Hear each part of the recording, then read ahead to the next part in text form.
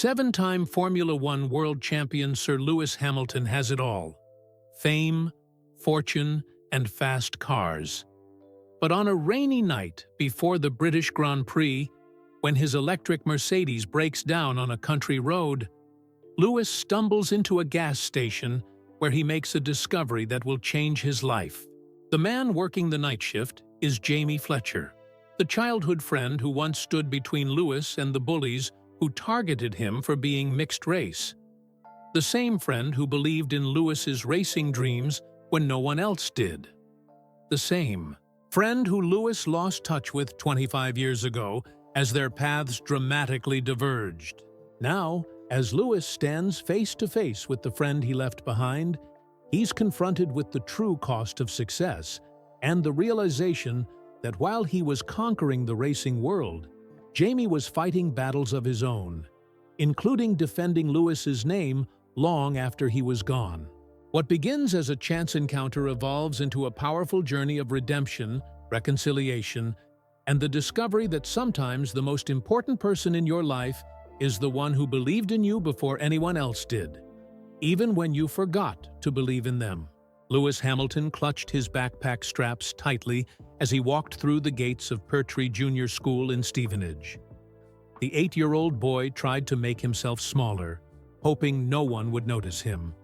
It wasn't that Lewis was shy, he just wanted to avoid the 3 fifth graders who seemed to wait for him every morning.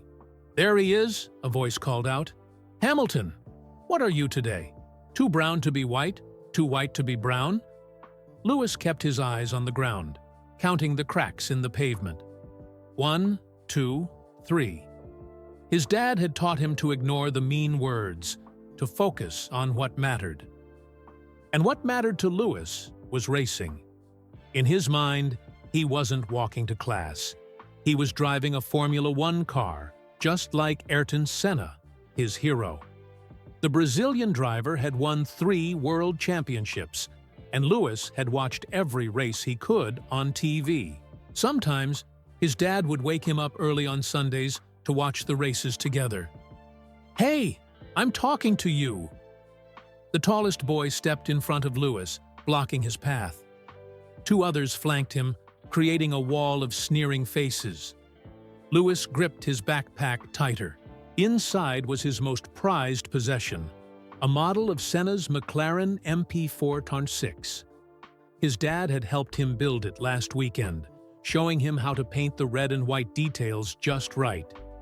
"Leave him alone, Mark." A boy with messy brown hair and freckles stepped between Lewis and the bullies. "Don't you have anything better to do?" Lewis recognized the boy from his class, Jamie Fletcher. He wasn't the biggest kid, but he had a way of standing that made him seem taller. "What's it to you, Fletcher?" Mark sneered. "You his bodyguard now?" Jamie crossed his arms. "Maybe I just think you're being stupid. So what if he looks different? He's faster than all of us in PE." The school bell rang, saving them from whatever might have happened next. The bullies shuffled off, but not before Mark bumped Lewis's shoulder hard. "Thanks," Lewis mumbled, as they headed toward their classroom. Jamie shrugged. "No big deal. Those guys are jerks to everyone." He glanced at Lewis's backpack. "What have you got in there? You're carrying it like it's made of gold." Lewis hesitated, then carefully unzipped his backpack and showed Jamie the model car. "Whoa!" Jamie's eyes widened. "That's Senna's McLaren. Did you make this?" For the first time that day, Lewis smiled. "My dad helped. Do you watch F1?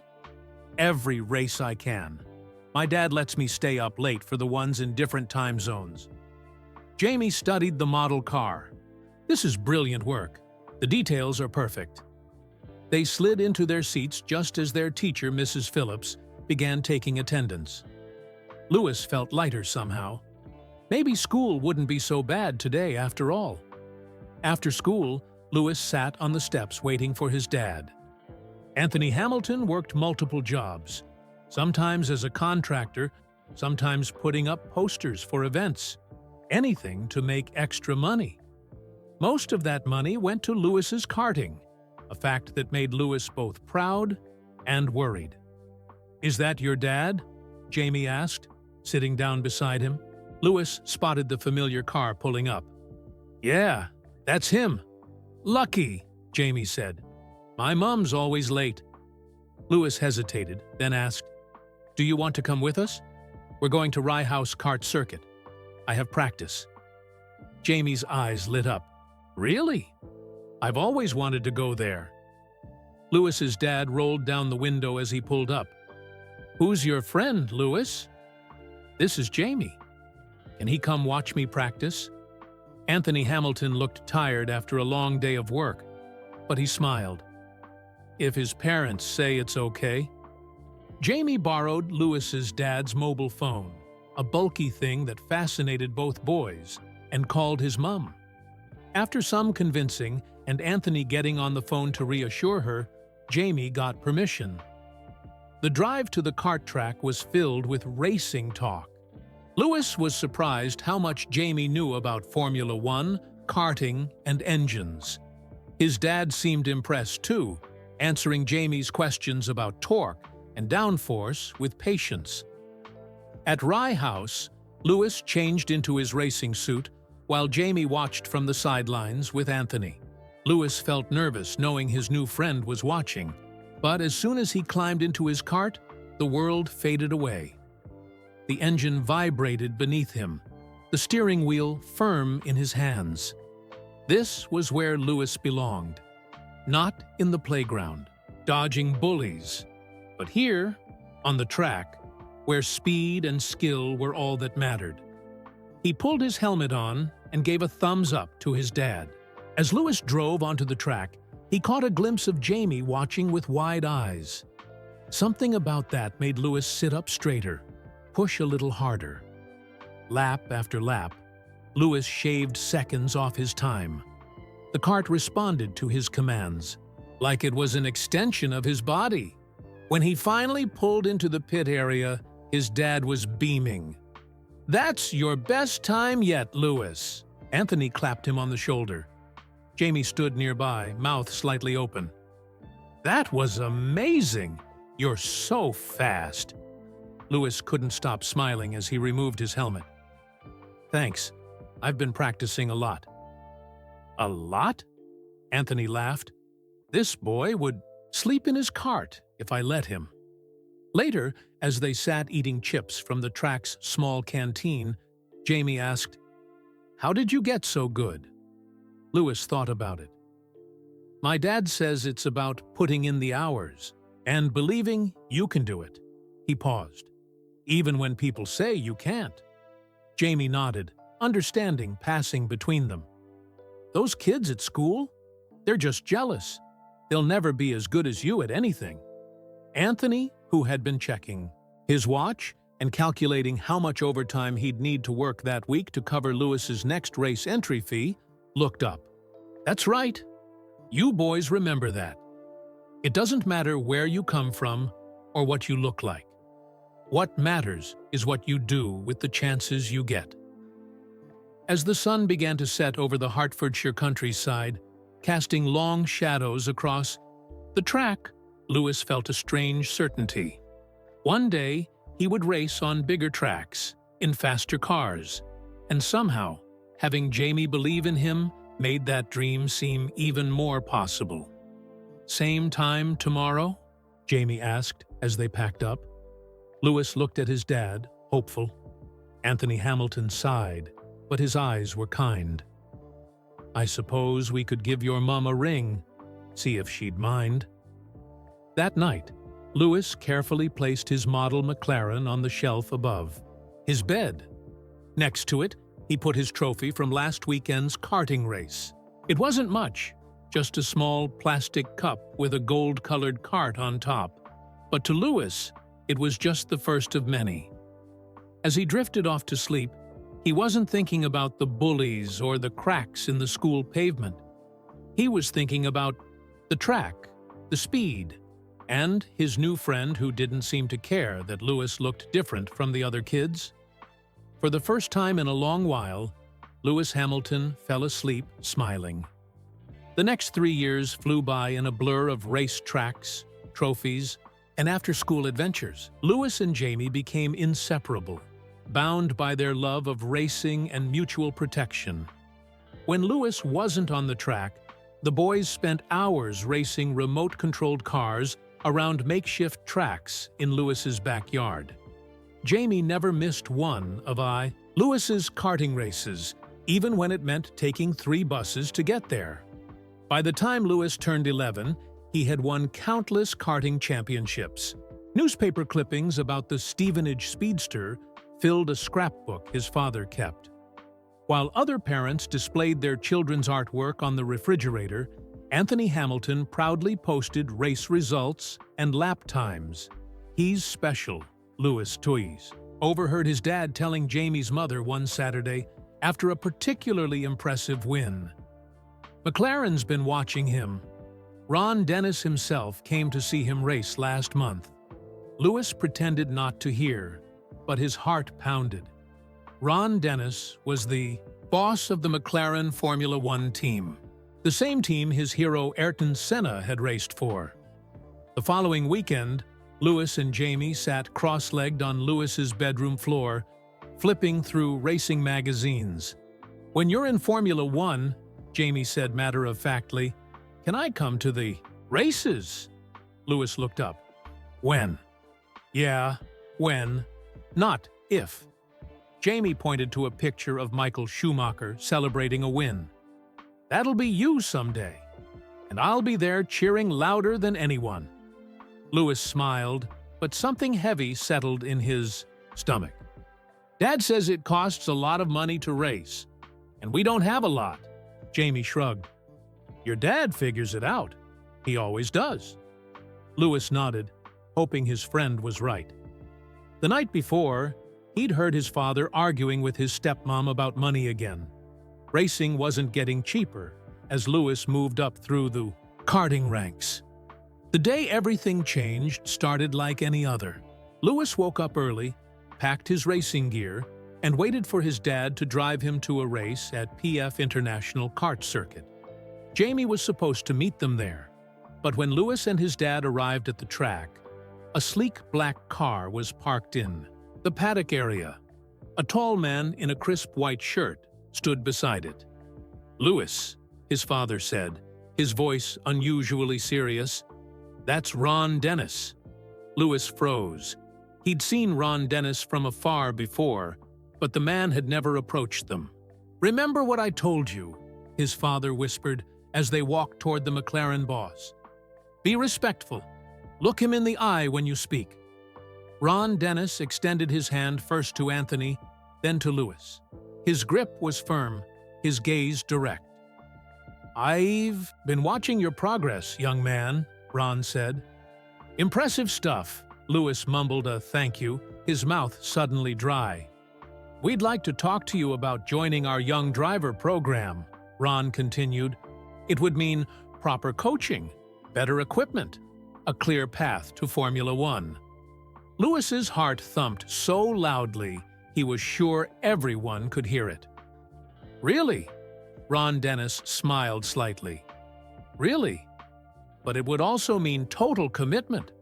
School, physical, training, and racing. Nothing else." Lewis nodded eagerly. "I can do that." "We'd need to discuss the details," Ron said to Anthony. "Perhaps after Lewis's race today?" As the men talked logistics, Lewis spotted Jamie arriving with his mother. He raced over, unable to contain his excitement. "Jamie! Guess what?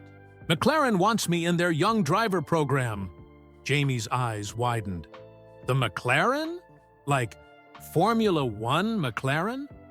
Lewis nodded, bouncing on his toes. "Ron Dennis is here. He came to watch me race." Jamie looked past Lewis at the tall man in conversation with Anthony Hamilton. "Whoa." His voice dropped to a whisper. "Does this mean you're going to be a real racing driver? Like, professionally?" "I think so," Lewis said, suddenly feeling the weight of what was happening. But Ron said I'd have to be totally focused on racing. I'd have special training and everything. Something flickered across Jamie's face. Happiness mixed with something else. That's amazing, Louis. Exactly what you've always wanted. Louis was about to respond when his father called him over. It was time to get ready for his race. "Watch me today," Louis told Jamie. "I'm going to drive better than ever." And he did. With Ron Dennis watching from the sidelines, Louis drove the race of his young life, finishing nearly 5 seconds ahead of his nearest competitor. After the trophy presentation, Louis found Jamie waiting by the carts. "You were brilliant," Jamie said, grinning. "Like a proper F1 driver already." Louis beamed, but before he could reply, his father appeared. "Louis, Ron wants to speak with us again. It's important." Jamie stepped back.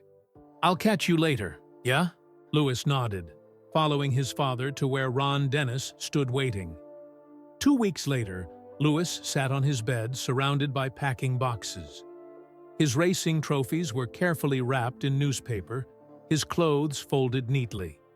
The McLaren Young Driver program meant moving closer to their headquarters in Woking, which meant leaving Stevenage, leaving Jamie. The doorbell rang, and Louis heard his father greeting Jamie and his mother downstairs. He took a deep breath before heading down to meet them. Jamie stood awkwardly in the living room, holding a small package. "I got you something," he mumbled, holding it out. "For good luck." Louis unwrapped it carefully. Inside was a model of Mika Häkkinen's McLaren from 1998, the year Häkkinen won the Formula One World Championship with the team Louis would now be part of. "Jamie," Louis whispered, running his fingers over the detailed paintwork. "It's perfect. I just wanted you to have something to remember." Jamie's voice cracked slightly. "To remember where you started." Louis looked up to see tears in his friend's eyes, which made his own vision blur. "I've got news too," Jamie said quickly, blinking hard. "Dad got a job in Manchester. We're moving next month." Louis felt like someone had punched him in the stomach. "Manchester? But that's so far away." Jamie nodded. "Yeah, but it's a better job. More money. Mom says we need it." The boys stood in silence, the weight of their changing lives pressing down on them. "We'll keep in touch," Louis said finally. "I'll call you all the time. And when I get to Formula One, you'll come to all my races, just like you said." Jamie tried to smile. "I'll be your biggest fan. Always have been. Always will be." There, mothers watched from the doorway, exchanging knowing glances. Childhood friendships were precious but fragile things. "We should write letters," Jamie suggested. "Like pen pals," Louis nodded enthusiastically. "And I'll send you pictures from races." They made more promises. Calls every week. Visits during holidays, reunions when they were older. In their young hearts, they truly believed distance couldn't change what they'd built. That night, after Jamie left, Louis carefully placed the McLaren model next to his bed. His future was racing toward him faster than he could have imagined. McLaren, Formula One, World Championships, everything he'd dreamed about. But as the setting sun cast long shadows across his half-empty room, Louis felt a strange emptiness. He picked up the model car Jamie had given him, turning it over in his hands. Louis knew what it had cost Jamie to save up for this gift, just as he knew what it had cost Jamie to stand up for him all those times in the playground. His friend had given him courage when he needed it most. "I won't forget," Louis whispered to the empty room. "I promise." But life had other plans for both boys. The demands of the McLaren program consumed Louis completely. Daily training, special schooling, weekend races all over Europe. The promised phone calls became less frequent, the letters shorter and fewer between. Jamie's life in Manchester took its own direction. New school, new friends, new routines that didn't revolve around karting schedules and race results. By the time Lewis turned 13, the daily connection had faded to occasional birthday cards and Christmas greetings. By 15, even those had stopped. The boys who had once shared dreams and defending each other against bullies were walking separate paths, their once solid friendship becoming a childhood memory, filed away like old race programs and school photos. Life moved forward, and so did they. And Lewis Hamilton crosses the line to win the Monaco Grand Prix. That's victory number 99 in Formula One for the 7-time world champion. Lewis powered his Mercedes across the finish line, the familiar rush of victory flowing through him. Monaco, the race every driver dreamed of winning. The narrow streets, the glamour, the history, and he just conquered it for the 3rd time in his career. Get in there, Lewis. Brilliant drive, mate! His race engineer's voice crackled through the radio. Lewis tapped the steering wheel in thanks. At 36 years old, he had achieved more than he'd ever dreamed possible as that karting kid from Stevenage. 7 world championships, equaling Michael Schumacher's record. 99 race wins, countless pole positions, and sometimes it still didn't feel real. After the podium celebrations, the champagne spray, the royal handshakes, the media interviews, Lewis retreated to his luxury apartment overlooking the Eau harbor. Monaco had been his home for years now, a far cry from the modest house in Stevenage where he'd grown up. "Great race today," his assistant said, handing him a protein shake and his phone. "Your father called, and you have 16 messages from celebrities congratulating you." Lewis nodded, scrolling through the names. Movie stars, musicians, other athletes, people who once seemed untouchable to a mixed-race kid from a working-class family. "Thanks. I'll return Dad's call first." His relationship with Anthony had changed over the years. The father who had worked multiple jobs to fund his son's racing dreams was no longer his manager. They'd separated professionally in 2010, a painful but necessary step in Lewis's growth. Their personal relationship had taken years to rebuild, but they were in a good place now. "Lewis! Brilliant race, son!" Anthony's voice boomed through the phone. "Reminded me of your karting days, so smooth through the corners." Lewis smiled, settling onto his balcony overlooking the Mediterranean. "Thanks, Dad. I was thinking about those days too, actually." "Were you now?" There was a knowing tone in Anthony's voice. "Any particular reason?" Lewis watched the sunset painting the water in shades of gold and pink. "I don't know.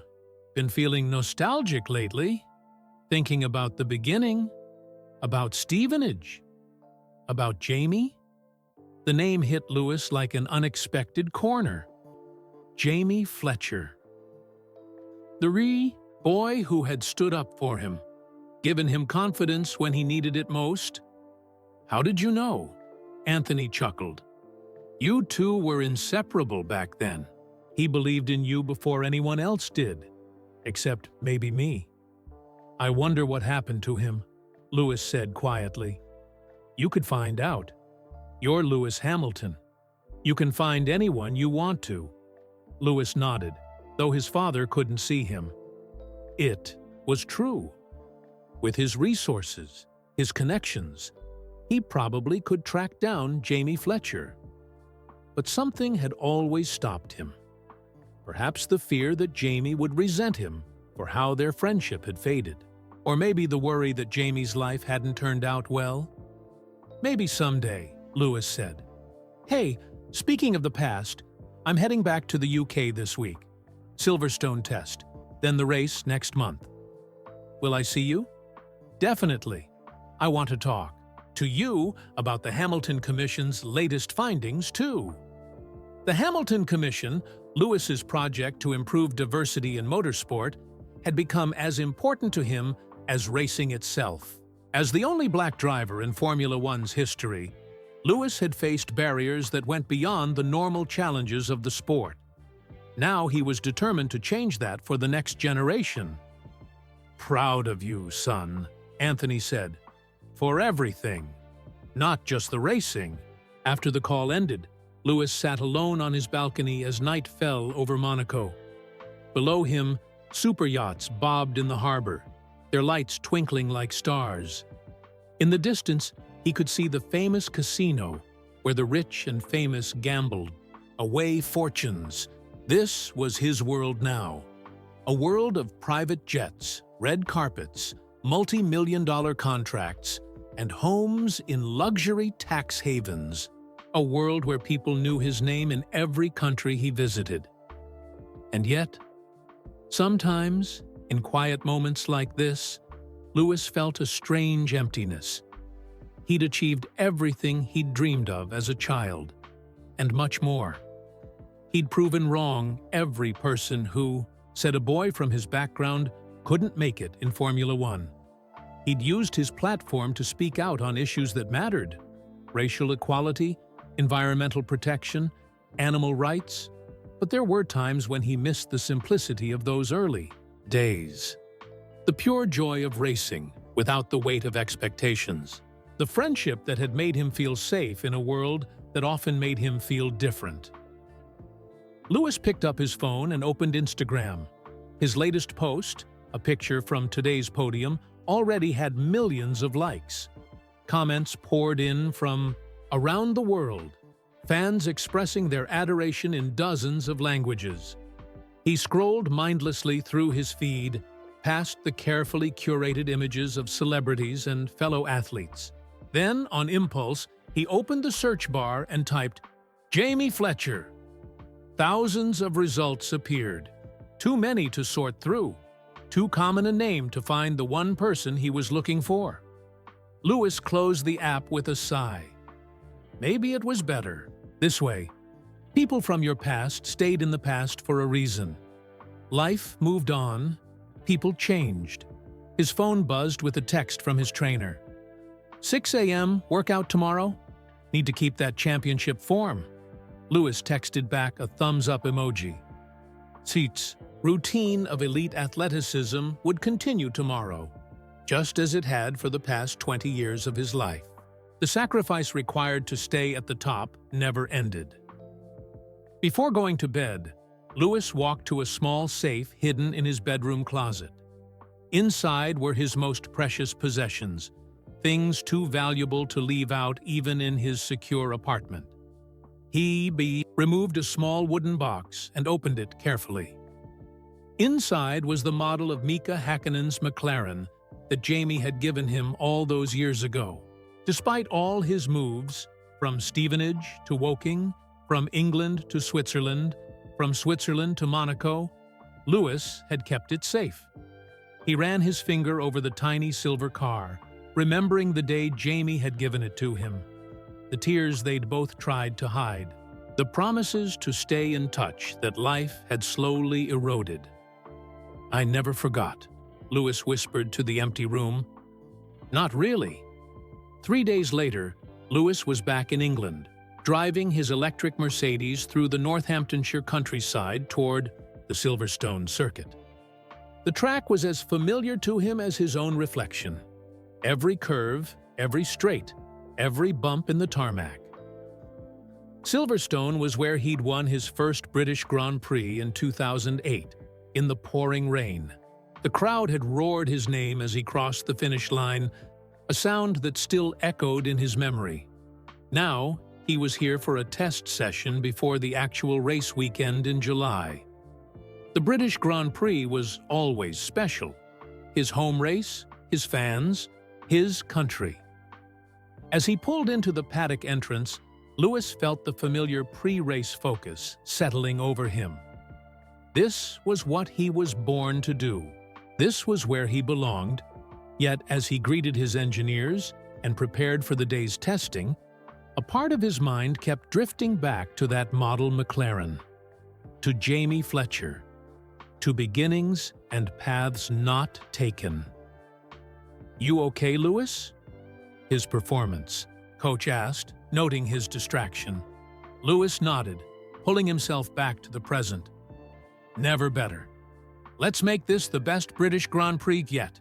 But even as he said it, Lewis couldn't shake the feeling that something was pulling him back to his past. Something unfinished. Something waiting to be rediscovered. 2 weeks later, Lewis returned to Silverstone for the British Grand Prix weekend. Friday practice had gone well. His Mercedes felt balanced, responsive. A proper racing car again after some difficult races earlier in the season. Saturday's qualifying had been even better. Pole position by 0.3 of a second. A massive margin in Formula One terms. Everything was going perfectly. So why couldn't he sleep? Lewis tossed and turned in his hotel room near the circuit. The digital clock on the nightstand showed 1:17 a.m. In less than 12 hours, he'd be on the starting grid for his home race. He needed rest, but his mind wouldn't quiet down. After another 20 minutes of staring at the ceiling, Lewis gave up. He pulled on a black hoodie over his t-shirt and sweatpants, grabbed his car keys, and slipped out of his room. The hotel hallway was silent. Most of the other drivers and team members would be sound asleep, conserving energy for race day. Chucked. Night security guard at the hotel entrance looked up in surprise as Lewis approached. "Everything all right, Mr. Hamilton?" Lewis nodded. "Just need some fresh air. Going for a drive." "At this hour, sir," Lewis smiled. "Best time. No traffic." Outside, a light summer rain was falling, giving the parking lot a glossy sheen under the street lights. Lewis climbed into his dark green Mercedes electric sports car, specially designed to be more environmentally friendly than most luxury vehicles. He had no particular destination in mind, just away. Away from the pressure of tomorrow's race. Away from the constant buzz of being Lewis Hamilton. The roads around Silverstone were quiet at this hour. Lewis drove with the windows down, letting the cool night air wash over him. The countryside smelled of rain and earth, so different from the sanitized luxury of Monaco or the exhaust-heavy scent of race days. His thoughts drifted back to childhood drives with his father. Anthony Hamilton behind the wheel of their old car, Lewis in the passenger seat, talking about racing lines and breaking points on the way to karting practice. The memory made him smile. Without really thinking about it, Lewis found himself driving further from the circuit, taking country lanes he'd never explored before. The roads became narrower, the houses more spread out. This was rural England, a side of the country most Formula One drivers never saw when they flew in for the British Grand Prix. He was about 20 miles from Silverstone when the car's dashboard lit up with a warning. The battery level was dropping rapidly, far faster than it should be. "What the—" Lewis tapped at the digital display, but the warning remained. The battery indicator showed just 9% remaining. Something was wrong. The car had been fully charged when he left the hotel. It should have had enough range for hours of driving, not less than an hour. Lewis pulled over to check the vehicle's systems.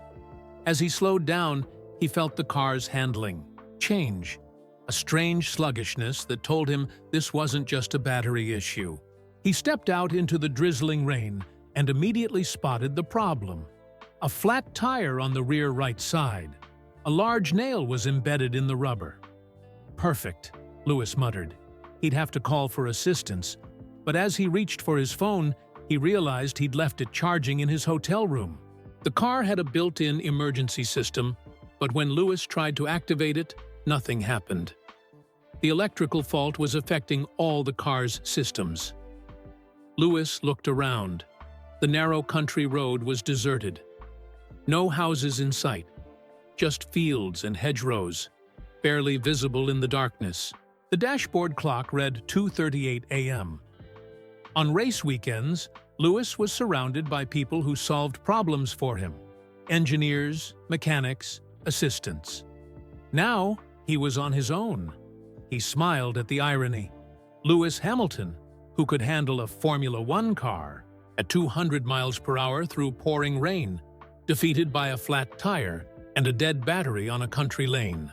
His options were limited. Wait in the car until morning when someone might drive by, or walk until he found help. With a critical race in just a few hours, waiting wasn't really an option. Lewis locked the car and started walking in the direction he'd been driving.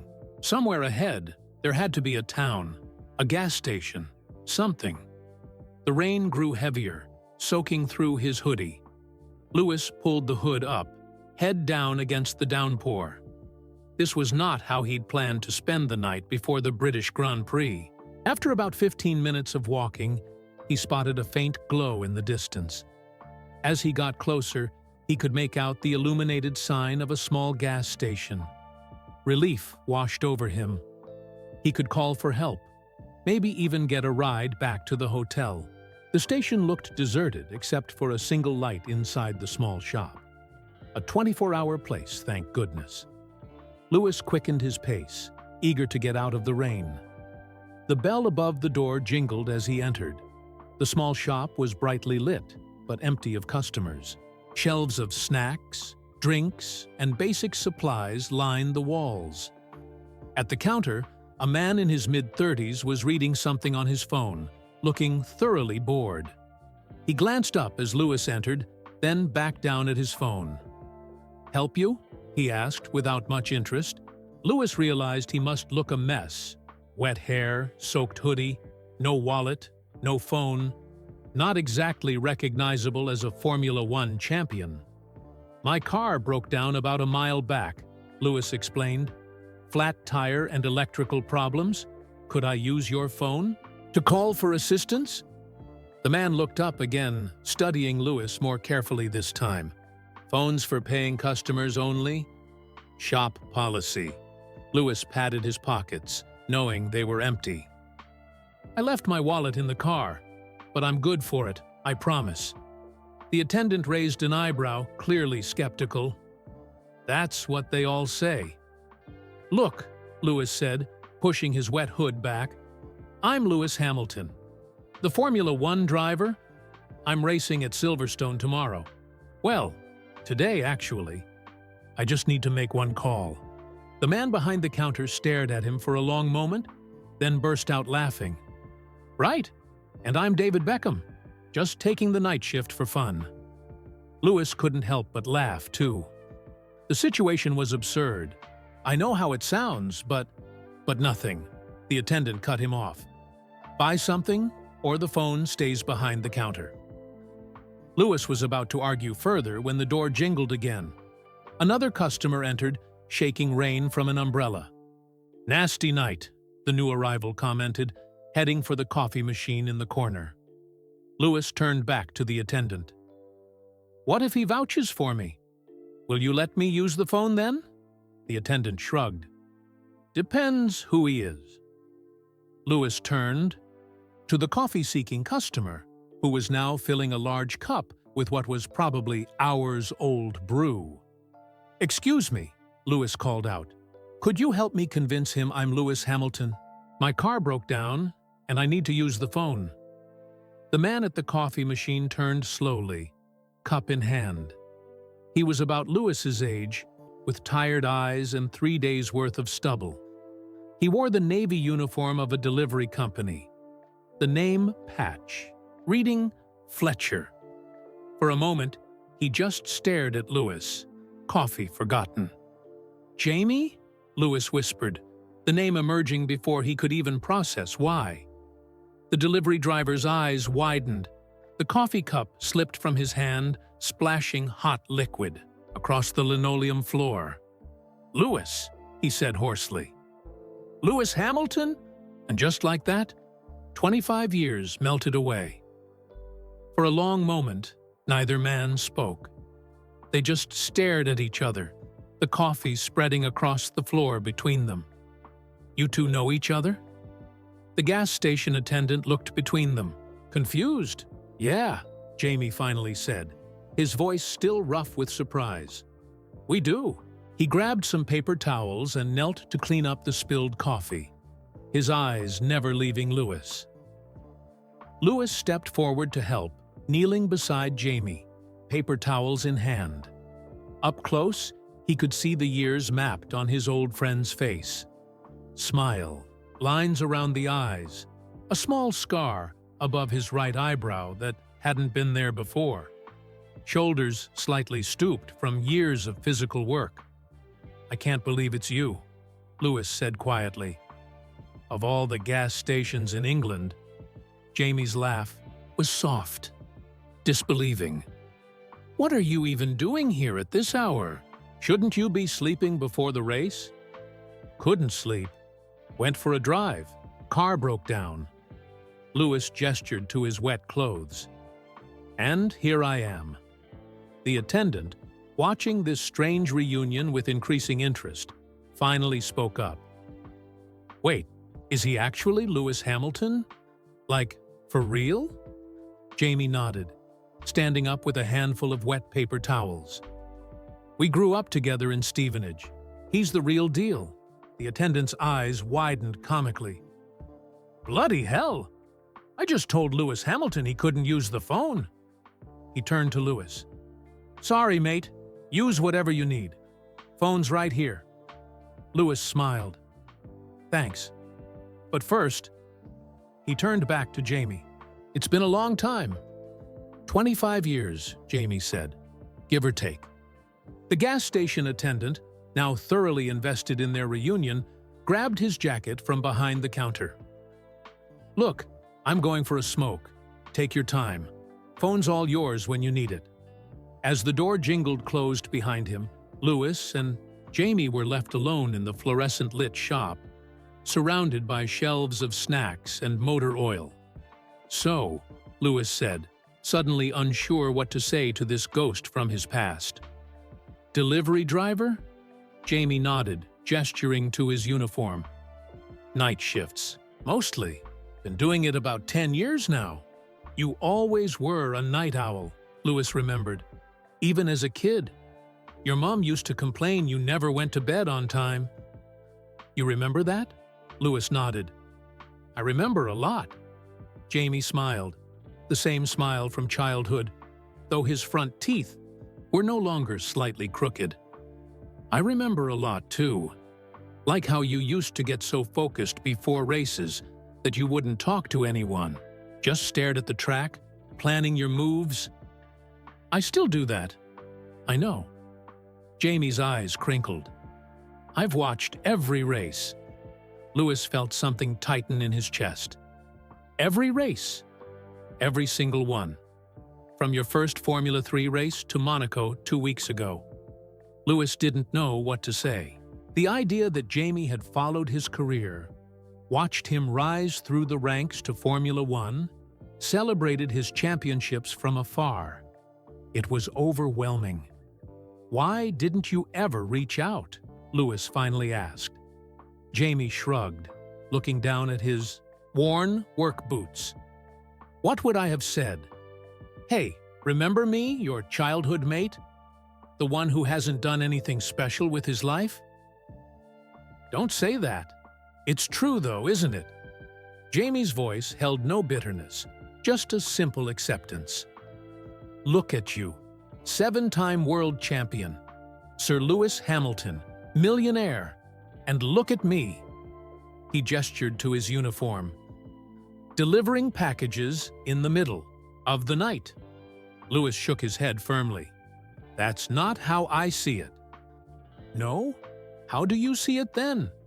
"I see the boy who stood up for me when no one else would, who made me believe I belonged in racing even when everyone said I didn't." Jamie's eyes softened. "You'd have made it without me. Maybe. Maybe not. But I've never forgotten what you did for me." Louis hesitated, then added, "I still have the model McLaren you gave me. The Häkkinen one." Jamie's eyes widened. You kept that? After all these years? Louis nodded. It goes everywhere with me. It's in my hotel room right now. Jamie turned away, but not before Louis caught the shine of tears in his eyes. I'm sorry, Louis said quietly, for losing touch, for not trying harder to stay connected. Jamie wiped at his eyes quickly, then turned back with a forced smile. Don't be stupid. You were busy becoming Lewis Hamilton. I get it. Still, friends don't just forget friends. Life happens. Jamie leaned against the counter. We were kids. Kids grow up, move on. Louis studied his old friend's face, seeing the boy he'd known beneath the man he'd become. So, what happened after Manchester? Last I heard, your dad had that new job.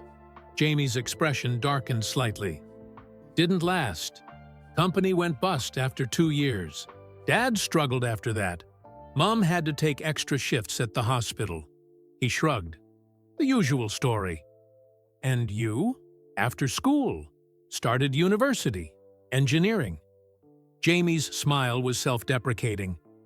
Turns out I was good with engines, just like we used to talk about. But Dad got sick my second year. Cancer. Had to drop out to help Mom.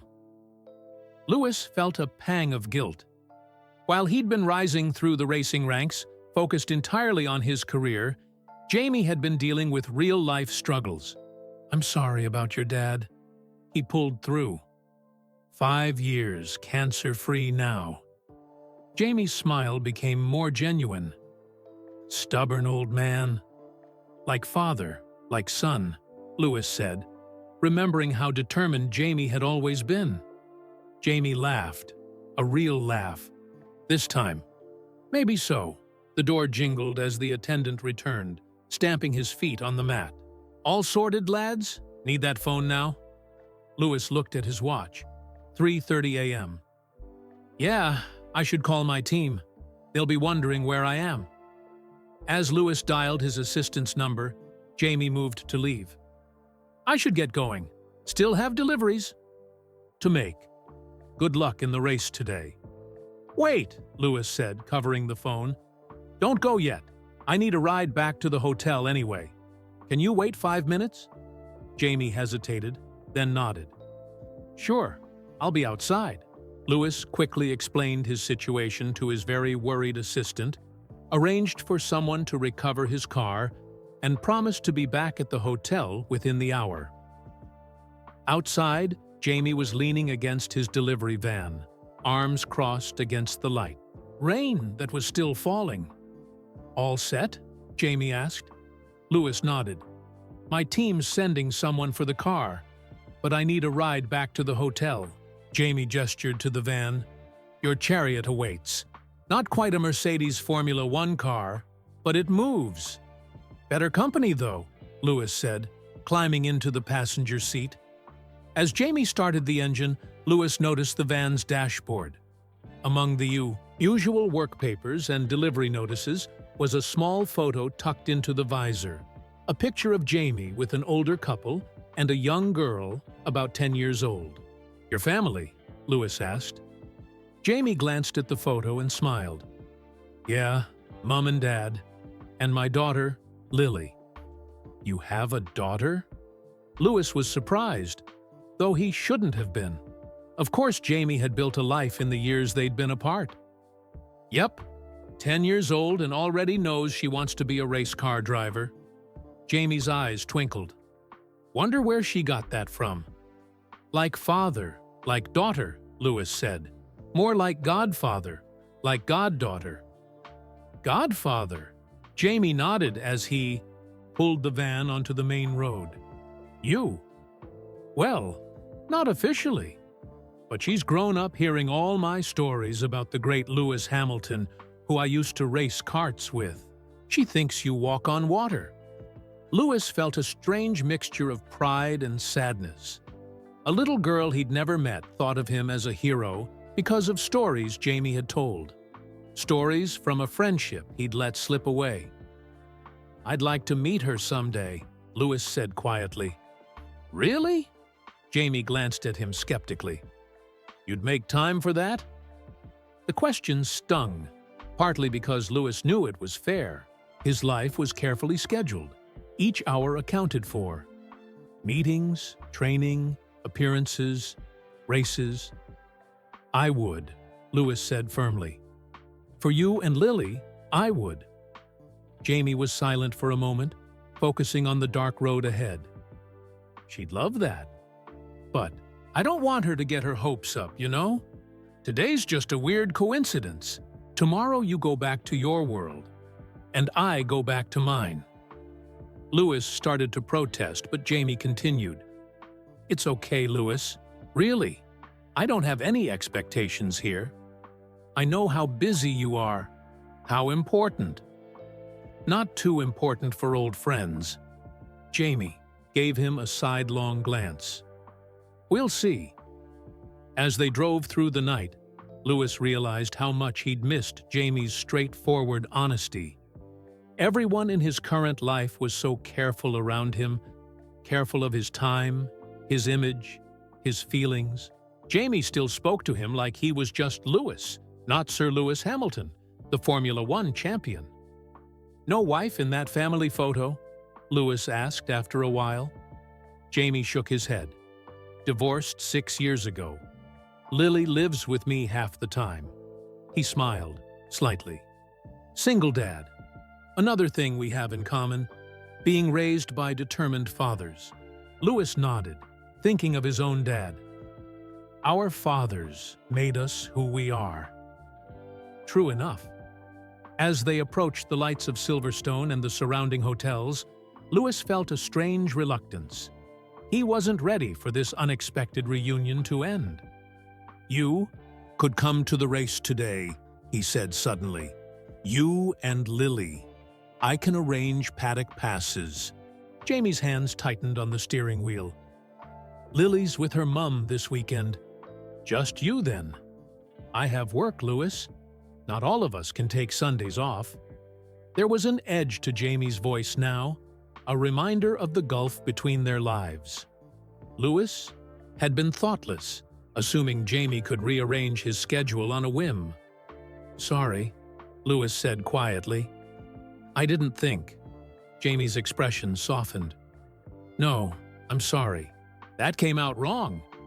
He sighed. Truth is, I'd love to come. But I'm needed here. They pulled up to Lewis's hotel, the grand entrance illuminated despite the early hour. A member of Lewis's team was already waiting outside, looking anxious. Looks like your real life is calling, Jamie said. Lewis turned to face his childhood friend. This was real too. Finding you again. Jamie nodded, something unreadable in his eyes. It was good to see you, Lewis. Truly. Before Lewis could respond, Jamie reached into the glove compartment and pulled out a small notepad and pen. He scribbled something quickly and handed it to Lewis. My number, in case you ever want to grab a coffee when you're in the area. His smile was genuine but guarded. No pressure, I know how it is. Lewis took the paper, folding it carefully and tucking it into his pocket. I'll call you, I promise. Famous last words, Jamie said, but his tone was light. Now, go get some sleep. You've got a race to win. As Lewis climbed out of the van, he felt torn. Part of him wanted to stay, to keep talking with Jamie, to bridge the 25-year gap between them. But his team member was already approaching, concern written across his face.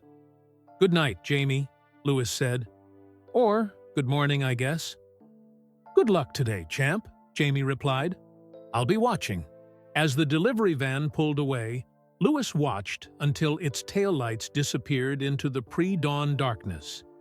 In his pocket, Jamie's number felt like it weighed a ton, a small piece of paper connecting him to a past he'd almost forgotten. Everything.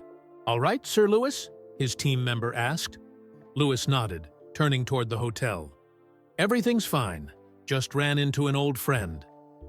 Lewis barely slept when he got back to his hotel room. His mind kept replaying the chance meeting with Jamie, comparing the boy he'd known with the man he'd become. By the time his alarm went off at 7 a.m., Lewis had gotten less than 3 hours of sleep. But strangely, he didn't feel tired. Adrenaline and emotion kept him wide awake as he went through his race day routine. Breakfast, stretching, team briefing. The entire time, the small piece of paper with Jamie's number burned in his pocket. "You're distracted," Lewis's performance coach noted during their pre-race preparation. "Something on your mind?" Lewis considered telling him about Jamie, but decided against it. Some things were too personal, too precious to share. "Just focused on the race," Lewis said. But he wasn't. Not entirely. As race time approached, Lewis tried to force Jamie from his thoughts. He needed his full concentration. 63 laps of Silverstone demanded nothing less. Yet as he sat in the car on the starting grid, heat rising from the tarmac, engines revving around him, Lewis found himself scanning the grandstands. Somewhere out there, Jamie would be watching. Not in person, but on a television. Maybe in his living room. Maybe during a break from his delivery route. "Focus," Lewis whispered to himself as the formation lap began. "Focus!" When the lights went out and the race started, instinct took over. Lewis made a clean getaway, defending his lead into the first corner. For the next hour and a half, he was fully present, fully engaged in the battle. This was where Lewis. Hamilton became his truest self at 200 miles per hour, making split-second decisions. After 50 laps of intense racing, Lewis had built a comfortable lead. The British crowd roared each time he passed the main grandstand, Union Jack flags waving in the summer breeze. 10 laps to go, Lewis, his race engineer informed him. "Everything looking good," Lewis acknowledged with a quick button press on his steering wheel. As he raced through Copse Corner, muscle memory guiding the car through the apex, his thoughts drifted to Jamie once more. Would his old friend be proud of the driver he'd become? The man he'd become? On the final lap, with victory secured barring disaster, Lewis allowed himself a moment of reflection. So much of his journey had begun with a boy who believed in him, a boy who'd stood between him and bullies, a boy who'd given him a model McLaren and made him promise not to forget where he came from. "I never forgot, Jamie," Lewis whispered inside, his helmet as he crossed the finish line to win his 8th British Grand Prix. The podium celebration passed in a blur of champagne and national anthem. Throughout the post-race interviews, Lewis gave his usual thoughtful answers about strategy and teamwork. But as soon as his media duties were complete, he retreated to his private room in the Mercedes hospitality unit. There, he took out his phone and the crumpled paper with Jamie's number. He hesitated only a moment before dialing. "Hello?" Jamie's voice sounded different over the phone, more guarded. "It's Lewis." A pause, then a surprised laugh. "You actually called." "I promised I would." "Yeah, but..." Jamie trailed off. "Never mind. Congratulations on the win. That pass into Stowe was incredible." "You watched?" "Told you. Every race." Lewis smiled, settling into a chair away from the celebration noise. "Listen, I'm still at the track. Media stuff, team debrief. But I was wondering if you're free later. Maybe we could grab dinner?" Another pause. "Tonight? I've got Lily. She's coming. Back from her mum's at 6? Bring her," Lewis said without hesitation. "I'd love to meet her." "Are you serious?" "Completely. Lewis Hamilton wants to have dinner with a delivery driver and his kid." Jamie's tone was disbelieving. "Won't that mess with your image or something?" "My image could use a reality check." "Sometimes," Jamie laughed. "All right then. but nowhere fancy. Lily will be in jeans and a t-shirt, and so will I. There's a small Italian place in Towcester, family-owned, does the best pasta outside of Italy. I'll text you the address. Can't. Wait to see Lily's face when she realizes who she's having dinner with. You haven't told her? And have her think her dad's gone mad? No chance. This'll be a surprise. After they hung up, Louis felt lighter than he had in years. Winning races was one thing. Reconnecting with his past, with the people who'd shaped him, was something else entirely. The Italian restaurant was small and unassuming, tucked away on a side street. Louis had called ahead to reserve a private room in the back, away from curious eyes. He arrived early, wearing jeans and a simple black sweater. No designer labels, no team gear. When Jamie arrived with Lily, Louis watched through the window as they approached. Jamie looked nervous, continually smoothing his daughter's hair while she batted his hand away with the exasperated look that only pre-teens can perfect. The restaurant owner, who had known Louis for years, escorted them to the private room. Lily entered first, then stopped abruptly, causing Jamie to bump into her. "Dad," she whispered loudly, "that's Lewis Hamilton." Jamie pretended surprise. "Is it? Fancy that." Louis stood, smiling at Lily's wide-eyed stare. "Hi, Lily. Your dad's told me a lot about you." "My dad knows Lewis Hamilton?" Lily turned to Jamie, her expression a mixture of shock and suspicion. "Since when?" "Since we were about your age," Jamie said, gently nudging her forward. "We grew up together." Lily looked between the two men, clearly trying to process this information. "But you never said—" "It was a long time ago," Jamie explained. "We lost touch. Until last night," Louis added, "when your dad rescued me from a gas station in the middle of nowhere." Lily's eyes grew even wider. "Is that where you were last night? You said it was just a normal delivery run?" "It was," Jamie laughed, "until it wasn't." As they settled around the table, Lily's initial shock gave way to 1,000 questions. She wanted to know everything: how fast Formula One cars really went, what it felt like to win a championship, whether Louis knew her favorite pop stars. Louis answered patiently, charmed by her curiosity and directness. She had Jamie's eyes and his way of asking questions that cut straight to the heart of things. "So you and my dad were best friends?" Lily asked as they waited for their food. Louis glanced at Jamie. "Yeah, we were." "What was he like when he was a kid? Was he boring back then too?" "Lily!" Jamie protested. Louis laughed. "Your dad was the coolest kid I knew. He stood up to bullies, knew everything about racing, and wasn't afraid of anything." "Bullies?" Lily looked at her father with new interest. Jamie shifted uncomfortably. "It was nothing." "It wasn't nothing to me," Louis said quietly. He turned to Lily. "When we were in school, some kids used to pick on me because I looked different. I'm mixed race. My dad is black, my mom is white. Back then, in our school, that made me a target." Lily frowned. "That's stupid." "It was," Louis agreed. "But kids can be cruel sometimes. Your dad was the only one who stood up for me." Jamie stared at his water glass. "Anyone would have done the same." "But they didn't," Louis insisted. "You did." Lily watched this exchange with keen interest. "Did you ever stand up to bullies for my dad?" she asked Louis. The question caught Louis off guard.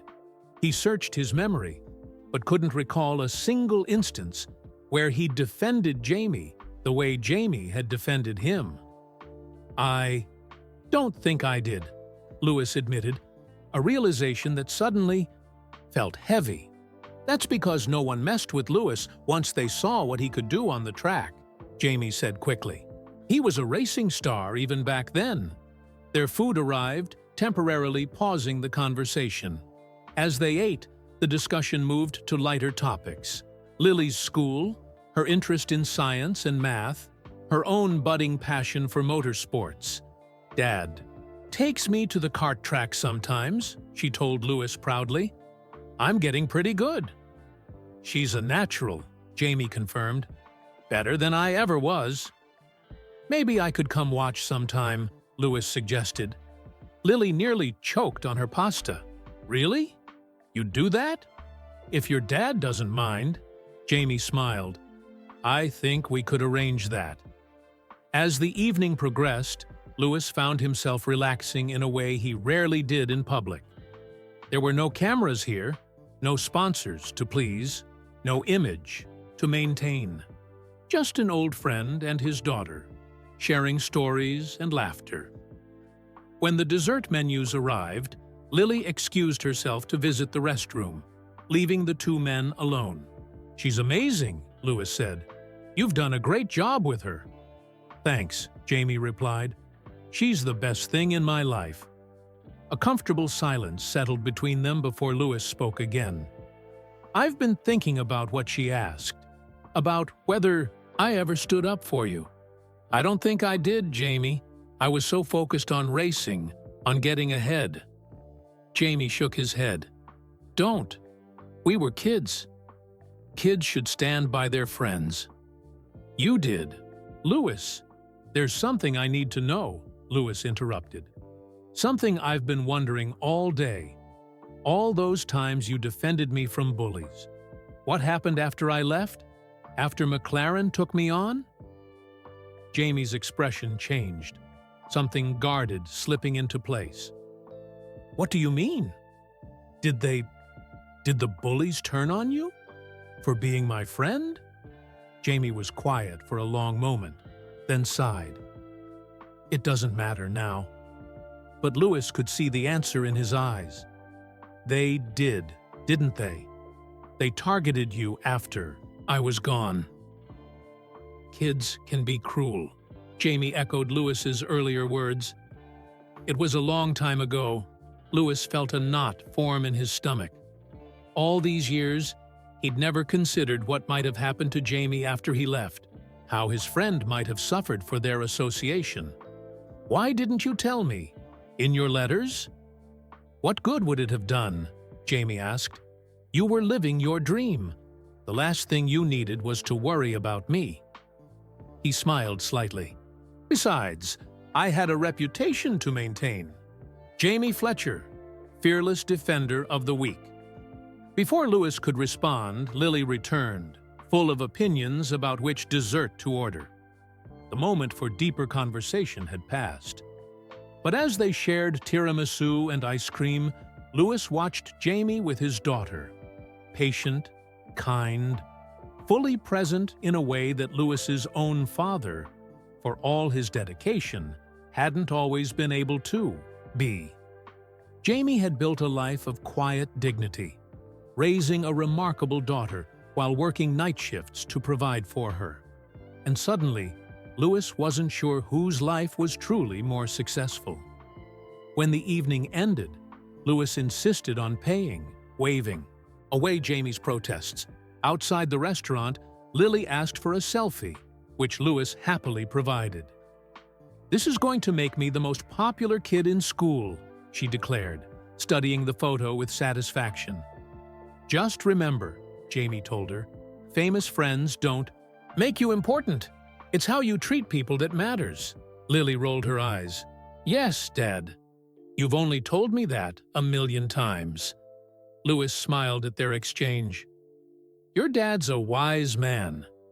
Took me years to learn what he already knew when we were kids." As they prepared to part ways, Louis felt a strange reluctance. He didn't want this reconnection to end. Didn't want to risk losing Jamie again. "I'm flying back to Monaco tomorrow," Louis said. "But I'll be back for simulator work next week. Maybe we could meet up again, all three of us?" Jamie hesitated, glancing at Lily's hopeful face. "We'll see," You've got a busy schedule. I'll make time, Louis insisted. This matters. As Jamie and Lily drove away, Louis watched until their car disappeared around a corner. The evening had stirred up memories and emotions he'd kept buried for years, and questions, so many questions, about the friend he'd left behind. On the drive back to his hotel, Louis made a decision. He wasn't going to let Jamie Fletcher slip out of his life again. Not when fate had given them a second chance. True to his word, Louis called Jamie the following week when he returned to England for simulator work at the Mercedes factory in Brackley. They met for coffee, just the two of them this time, in a quiet corner of a local cafe. "I've been thinking," Louis said, after they'd caught up on the events of the past few days. "The Hungarian Grand Prix is in 3 weeks. I want you and Lily to come as my guests." Jamie nearly spilled his coffee. "To Hungary? Louis, we can't just drop everything and fly to Budapest." "Why not? It's during summer holidays. Lily wouldn't miss school. There's work, for one thing, and money. International trips aren't exactly in my budget right now." Louis leaned forward. "I'd take care of everything. Flights, hotel, tickets, all of it." Jamie's expression closed off. "I don't need charity." "Louis, it's not charity," Louis insisted. "It's me wanting to share my world with an old friend and his daughter. The friend who helped make it all possible." Jamie laughed. "I hardly think I'm responsible for your 7 world championships." "You are, though. In ways you don't even realize." Louis paused, choosing his words carefully. "That confidence you gave me when we were kids? The belief that I belonged in racing despite what the bullies said? That stayed with me, Jamie. Through Formula 3, through GP2, all the way to Formula 1. Jamie looked uncomfortable with the praise. "You're giving me too much credit." "I'm not giving you enough," Louis countered. "Please, just think about it. For Lily, if not for yourself, she'd love it." In the end, Jamie agreed to consider it. That was enough for Louis, who recognized the stubborn pride that had always been part of his friend's character. 3 days later, Jamie called with his answer, yes. Lily's excitement had worn down his resistance, but he had conditions. They would accept only the tickets and paddock passes. Louis couldn't pay for their flights or hotel. Louis agreed, hiding his smile. Jamie Fletcher hadn't changed that much after all. When the Hungarian Grand Prix weekend arrived, Louis arranged for Jamie and Lily to have special access to the Mercedes garage. Their passes would allow them into areas most fans never saw. The heart of Formula 1, Louis was in the team meeting when they arrived at the Hungaroring circuit. His assistant texted to let him know his guests were being given a tour of the paddock until he was free. 45 minutes later, Louis found them staring in awe at the massive Mercedes hospitality structure. "This is where you eat lunch?" Lily asked, eyes wide as they entered the 3-story building that served as the team's home during race weekends. Louis nodded. "And have meetings, and sometimes nap between sessions. It's bigger than our whole house," she whispered to her father. Jamie looked slightly overwhelmed by the luxury surrounding them. The sleek furniture, the uniformed staff, the wall of screens showing timing data and weather forecasts. "Different world," he murmured to Louis. "Same people," Louis replied quietly, "just with fancier clothes and more pressure." Louis introduced Jamie and Lily to everyone they met: engineers, mechanics, catering staff, team executives. To each one, he said the same thing. "This is Jamie Fletcher, my oldest friend, the one who made it all possible." At first, Jamie looked embarrassed by this introduction, but as the day went on, Louis noticed his friend standing taller, speaking more confidently. The garage tour seemed to particularly interest him. his eyes darting expertly over the complex machinery of the Mercedes Formula One car. "You still know your way around an engine," Lewis observed, as Jamie asked the chief mechanic a detailed question about the power unit. Jamie shrugged. "Some things you don't forget." The highlight came when Lewis introduced them to his team principal, who greeted Jamie with genuine respect after hearing Lewis's story about their childhood friendship. "So you're the one who kept the bullies away," the team boss said, shaking Jamie's hand. "Lewis mentioned you in his autobiography, you know." Jamie's head turned sharply toward Lewis. "You wrote about me in your book?" Lewis nodded. "Just a paragraph, or two. About a friend who believed in me when others didn't." "I never read it," Jamie admitted. "Felt too strange, reading about someone I used to know." "I'll sign a copy for you before you leave," Lewis promised. "Though most of it will probably bore you. Racing stories you've already watched." As qualifying approached, Lewis needed to change into his racing suit and begin his pre-session routine. He hesitated, not wanting to abandon Jamie and Lily. "We'll be fine," Jamie assured him, sensing his concern.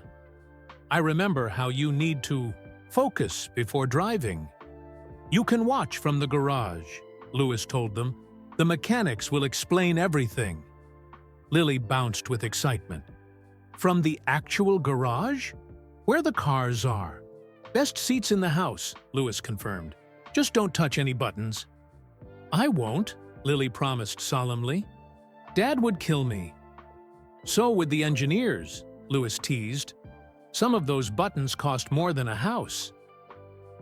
As Lewis walked toward the driver's room, Jamie called after him. "Hey, Lewis," Lewis turned back. "Drive like you did at Rye House," Jamie said. "Like you've got nothing to lose." Lewis nodded, a lump suddenly forming in his throat. 25 years melted away, and he was that karting kid again, with his best friend watching from the sidelines. Always.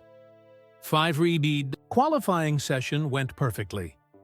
Lewis secured pole position with a lap that the commentators described as simply magical.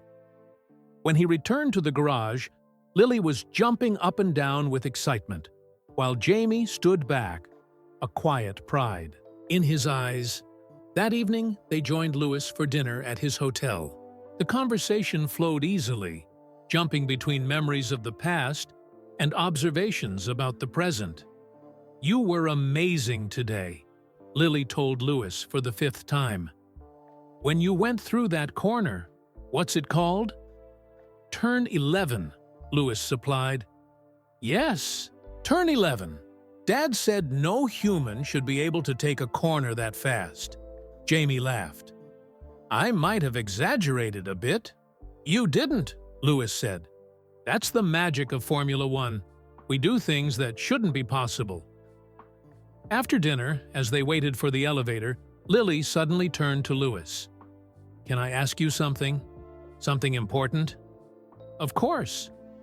"Dad said you two lost touch because you got famous and busy. But you're still famous and busy, and now you're friends again. So why did you really stop being friends before?" Jamie looked mortified. "Lily, that's not appropriate." "It's okay," Lewis said, though the question had caught him off guard. "It's a fair question." He knelt to Lily's eye level, aware of Jamie watching uncomfortably. "The truth is, I got so focused on becoming a racing driver that I forgot what matters most in life. Friends, family, the people who believe in you. That was my mistake, not your dad's." Lily considered this, then nodded. "That makes sense. Dad says people who chase their dreams sometimes forget to look around at what they already have." Lewis glanced up at Jamie, who looked away quickly. "Your dad is very wise." The next day, race day, brought a new level of excitement. Lewis arranged for Jamie and Lily to stand with him on the grid before the start, a privilege usually reserved for celebrities and team VIPs. The heat was intense, the atmosphere electric. Lily stared in wonder at the 20 Formula One cars lined up on the track, their engines occasionally revving. "This is so cool," she whispered to her father. Jamie nodded, looking slightly overwhelmed. "It's something else, isn't it?" Lewis was in his element, moving between engineers, tire specialists, and his performance coach. But he made sure to include Jamie and Lily, explaining procedures and introducing them to other drivers. When the call came for non-team personnel to leave the grid, Lewis felt a moment of anxiety. He wasn't ready to say goodbye. "We'll be watching from the garage," Jamie assured him. "Just like we planned." "I know," Lewis said.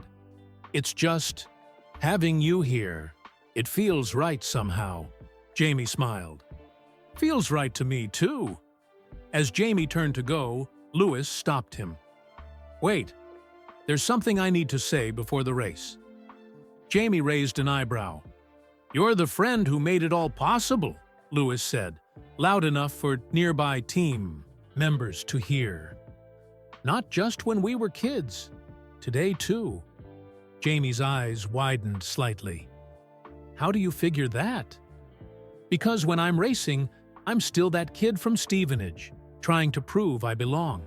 And you were the first person who ever made me believe that I did." For a moment, Jamie seemed unable to speak. Then he pulled Lewis into a quick hug. "Go win this one," Jamie said gruffly. "Lily wants to see a podium celebration up close." Lewis grinned. "Yes, sir." The race was one of the hardest of Lewis's career. A poor start dropped him to 4th place by the first corner.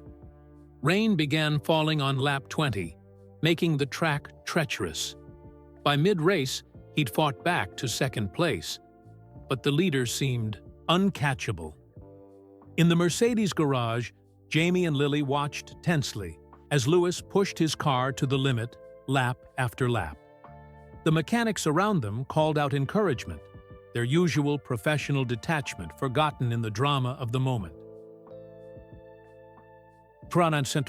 "He catch him?" Lily asked one of the engineers. "If anyone can, Lewis can," was the confident reply. With 10 laps remaining, Lewis began setting purple sectors, the fastest times of anyone on track. The gap to the leader shrank with each passing lap. "He's driving like I've never seen," Jamie whispered to Lily. "Like he's got something to prove." When Lewis finally made his move, 3 laps from the end, the entire garage erupted in cheers. A perfectly timed overtake around the outside of Turn 4, a corner where passing was considered nearly impossible. "That's Dad's friend," Lily told a startled journalist who had wandered into the garage. "He's winning because we're here." From the timing screens, they watched Lewis cross the finish line in 1st place, a narrow but decisive victory.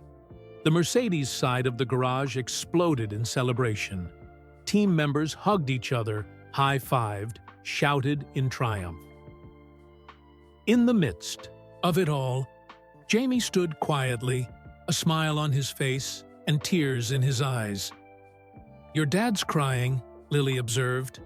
"No, I'm not," Jamie said quickly, wiping at his face. "Just sweat. It's hot in here." "Sure, Dad," Lily said, rolling her eyes, but she slipped her hand into his and squeezed, a gesture that didn't go unnoticed by the Mercedes team members around them. After the podium ceremony, where Lewis dedicated his victory to "old friends who still believe in me," he returned to find Jamie and Lily waiting in the team's celebration area. Without hesitation, Lewis handed his trophy to Lily. "Hold this for a minute?" Her eyes widened as she took the heavy trophy in both hands. "Really?" "Really." Lewis turned to Jamie. "I want to offer you something, and I need you to hear me out before you say no." Jamie looked wary. "What is it?" "A job. With my foundation. The Hamilton Commission needs someone to run its new mentorship program, connecting kids from underrepresented backgrounds with opportunities in motorsport. Jamie blinked in surprise. "Lewis, before you call it charity," Lewis interrupted, "know that it's not. I need someone who understands what it's like to face barriers. Someone who can spot talent and courage in places others don't look. Someone kids will respect and listen to."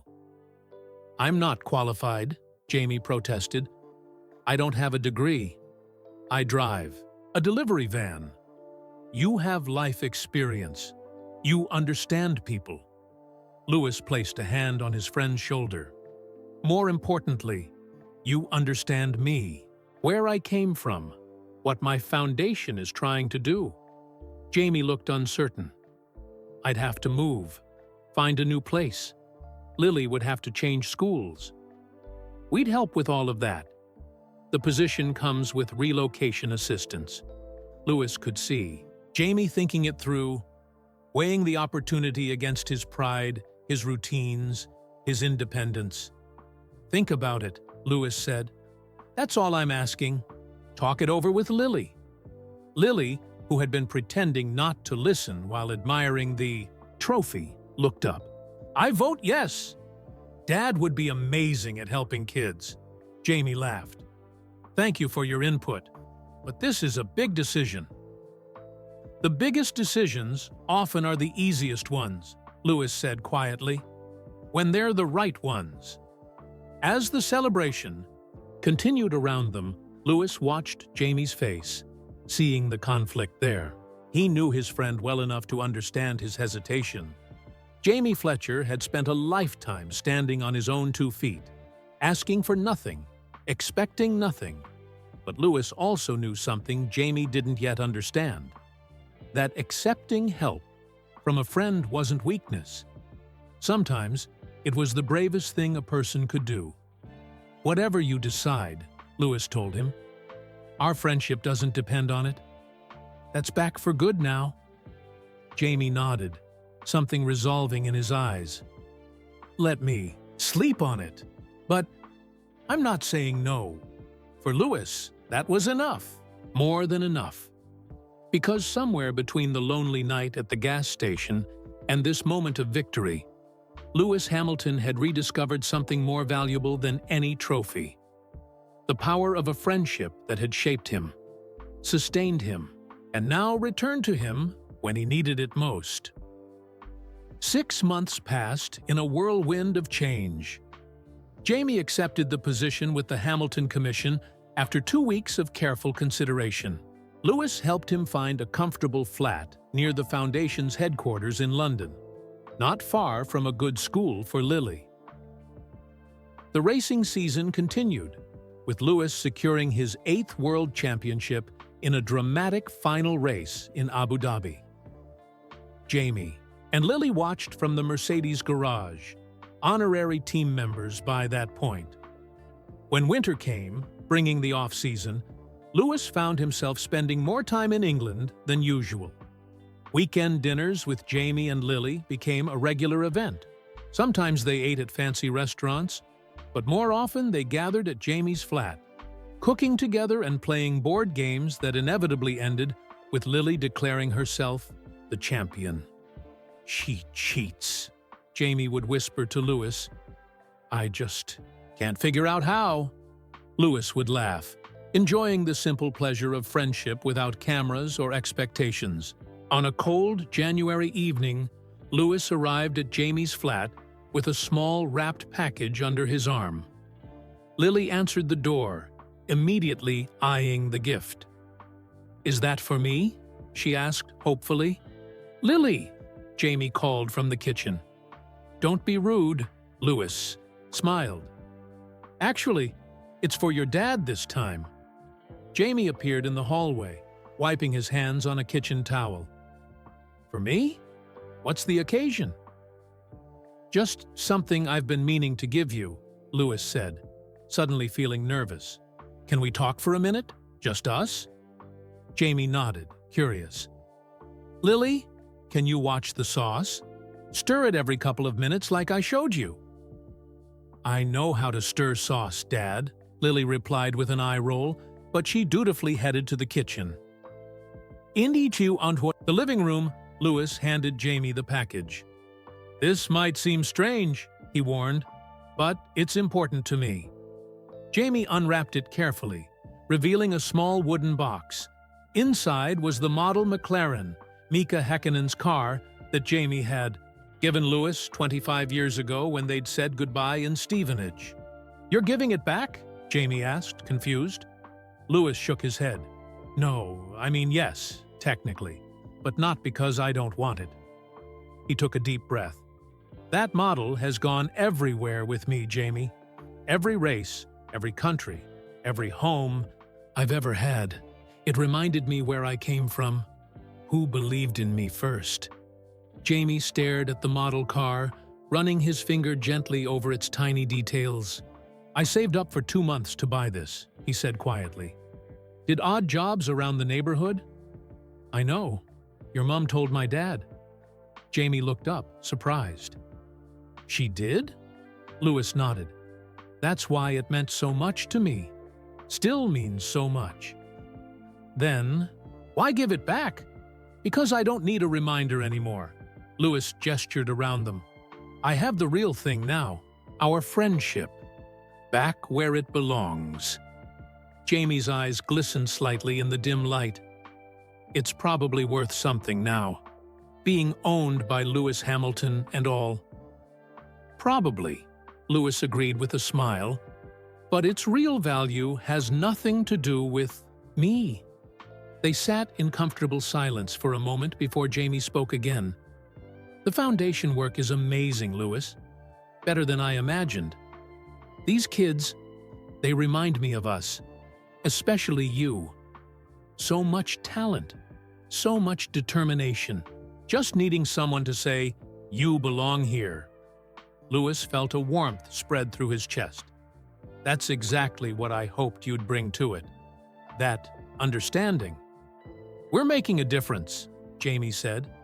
Real difference.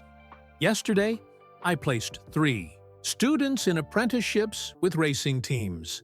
One of them, a girl from Brixton, has never seen a race in person, but she can take apart and rebuild an engine faster than most professionals. Future chief mechanic, Louis suggested. Or engineer, or team principal. She's that smart. This was what Louis had envisioned when he'd created the Hamilton Commission, opening doors that had remained stubbornly closed to people who looked like him, came from backgrounds like his. Having Jamie lead the mentorship program had been the missing piece. I have something else for you, Louis said, reaching into his pocket. A letter from my dad. Jamie took the faded envelope with surprise. From Anthony? Why would he write to me? He didn't. Not recently, anyway. Louis watched as Jamie examined the yellowed paper. That letter is 24 years old. He found it when he was moving house last month. Jamie turned the envelope over. His own childish handwriting was faded, but legible. For Lewis Hamilton. I don't understand, Jamie said. This is from me to you? Louis nodded. A letter you wrote after I left for McLaren. Dad says it was delivered to our old house in Stevenage after we'd moved. The new owners forwarded it, but somehow it got mixed up with my dad's papers. He never gave it to me. Jamie stared at the envelope, recognition dawning in his eyes. I remember writing this. I was so afraid you'd forget all about me once you were with McLaren. I did forget, Louis admitted quietly. Not completely, but enough. I got caught up in my new life, my new world. I'm sorry for that. We were kids, Jamie said, echoing his words from their first reunion. Kids grow up. Move on. Open it, Louis urged. I haven't read it. Dad gave it to me sealed.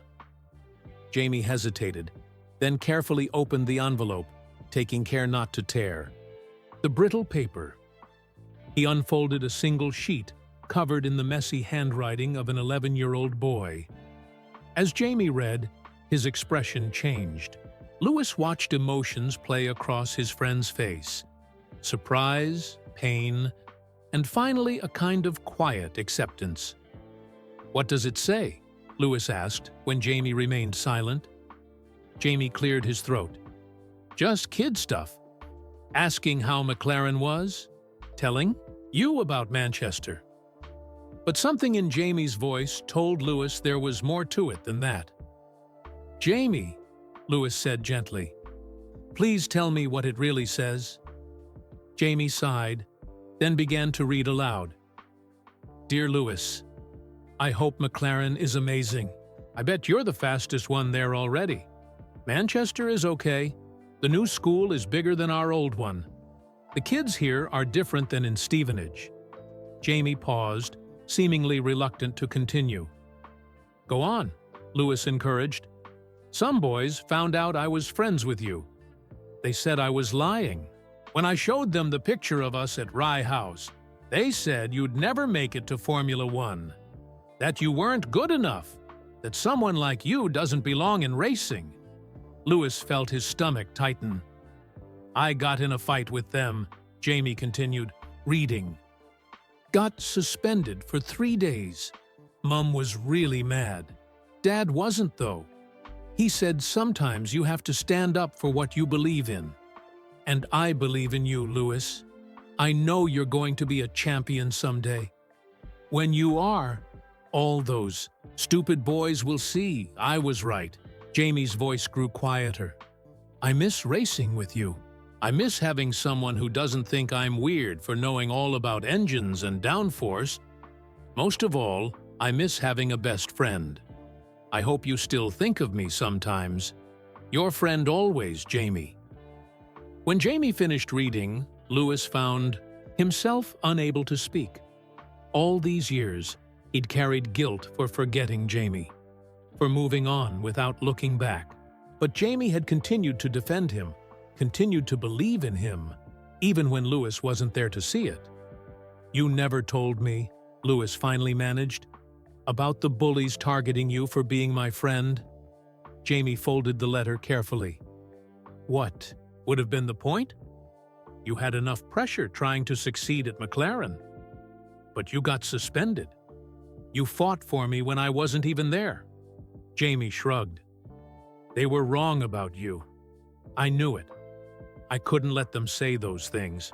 Lewis thought about all the times in his career when people had doubted him, dismissed him, tried to put him in his place. How it had fueled him to prove them wrong. And all the while, a boy in Manchester had been fighting the same battles on his behalf, without recognition or thanks. "I wish I'd known," Lewis said softly. "I wish I'd been a better friend." "You're making up for it now," Jamie said with a smile. "The job, the new start for me and Lily.